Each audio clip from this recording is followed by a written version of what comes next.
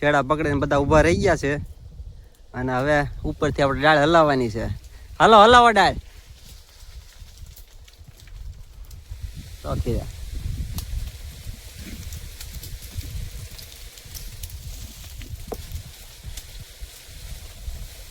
નીચે પડતા ને બહુ આમાં જ આવે બધા.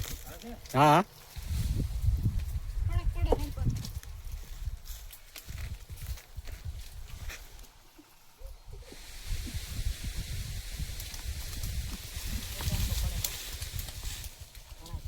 જો આવી રીતે આપણે જામુડા ઉતાર્યા છે. આવું મોટો એક હાડીનો બુંગળ બનાવેલો છે અને શેડા પકડીને ઉભા રહ્યા અને ઉપરથી એક ખેર્યા છે ડાળ હલાવી એટલે આ જો પાકલ પાકલ બધા નીચે ખરી ગયા છે. લાટ ખેર્યા છે ને અમુક બારે પડી ગયા છે. જો નીચે કેટલા પડ્યા છે. હાલો આ તગારામ ભરી લો. હા વાંધો ને અમુક જઈ શેડો.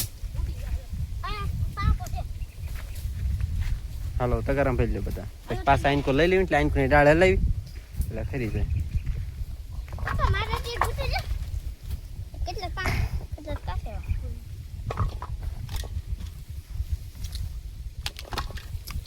અડધું તગારું ભરાઈ જાય પાછું બીજા વાર ખેડશું ને એટલે આખું પૂરું થઈ જાય.